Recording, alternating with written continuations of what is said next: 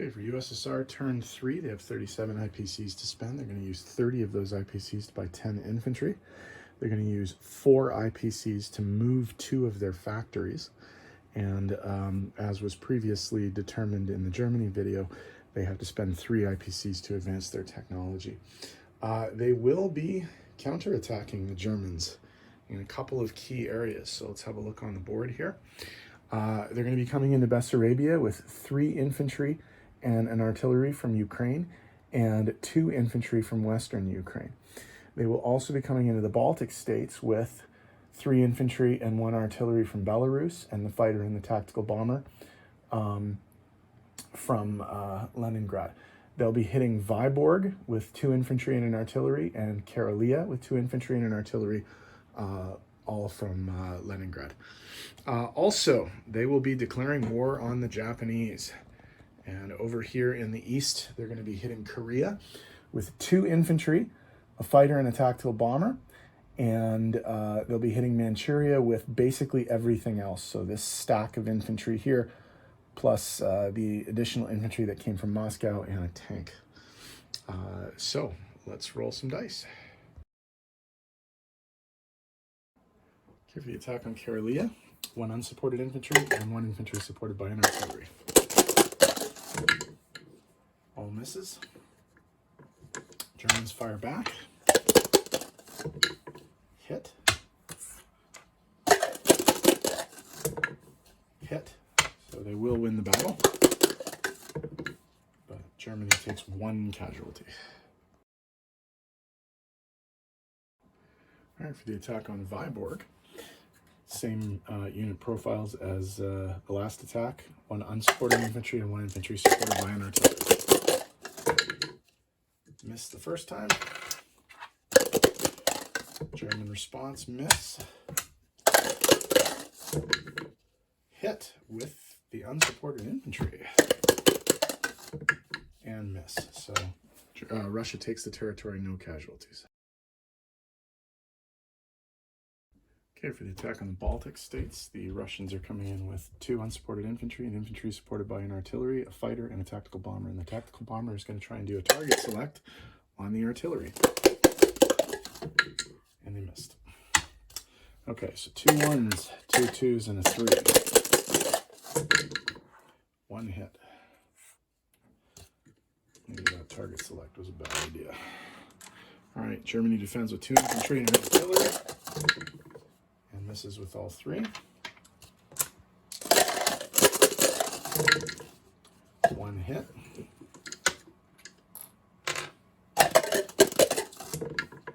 No hits.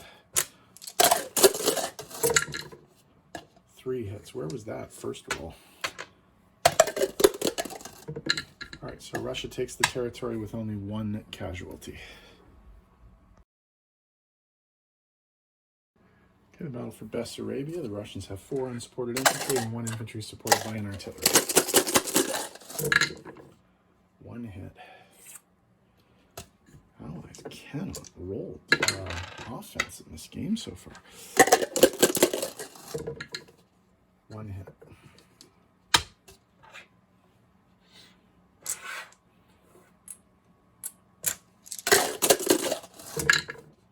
Two hits. There we go. And 1 hit. So the Germans lose 2 infantry, but they do take the territory. For the attack on Korea, the Russians are coming in with 2 infantry, 1 fighter, and 1 tactical bomber. And 2 hits. Only needed 1. Japan defends and misses. So the Russians take the territory with no casualties. Okay, the attack on Manchuria. There's 10 Siberian troops and 1 regular Red Army troop, plus a tank. 2 hits. They only need 1. Here comes the defense. Miss. So Russia takes the territory with no casualties.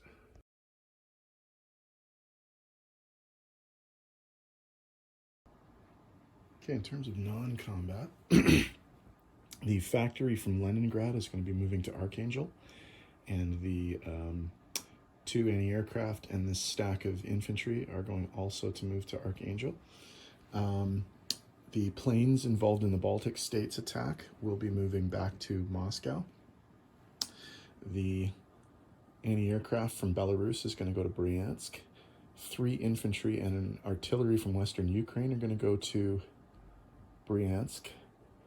And, sorry, I miscounted that because I'm going to need one guy to stay there.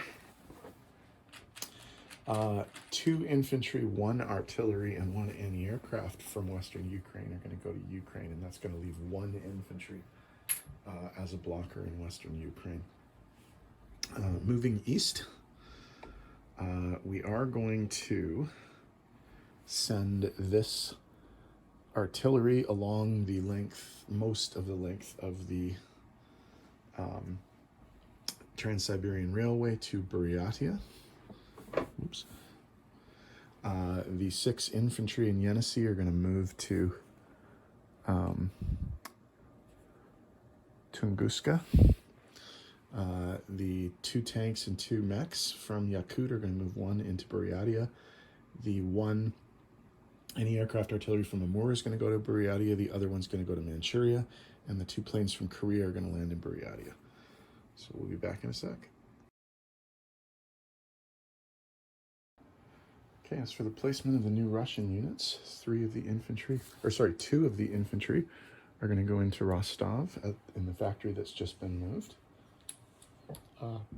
2 of the infantry are going to go into Archangel in the factory that's just been moved. And the rest of the infantry, which is 6 infantry, is going to go into Moscow. So we're starting to build that up a little bit.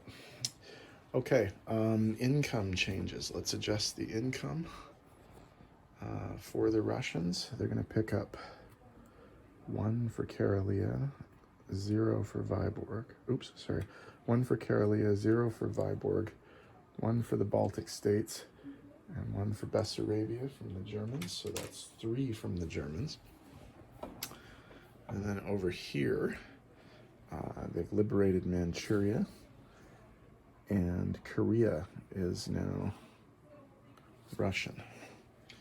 So in terms of how that affects the income tracker, Russia's going to go from 33 to 39. The Germans are going to go down 3 to 48. The Japanese are going to go from 36 to 33. And the Chinese are going to go from 2 to 5. Okay. In terms of money then, they have a 39 IPC base income, and they get 3 bonuses this round. They get 7 IPCs one time only for liberating Manchuria. They get 3 IPCs for controlling Siberia, the Urals, and the Ukraine. And they get 3 IPCs for controlling Leningrad, Stalingrad, and the Baltic states. Now, there is one more thing that the Russians get to do at the end of their turn, and that's the Lend-Lease. So in Archangel, they're going to get 6, ooh, that's good, 1 tank and 1 artillery. So right onto the board, we just put a tank and an artillery. So that's going to help them a little bit. And then on the eastern side of the board, they're going to get 5. So that's 5 additional IPCs. Okay, so they're going to finish with 39, 42, 45, 50, 57 IPCs to end the turn. Okay. Japan is up next. We'll see what they do.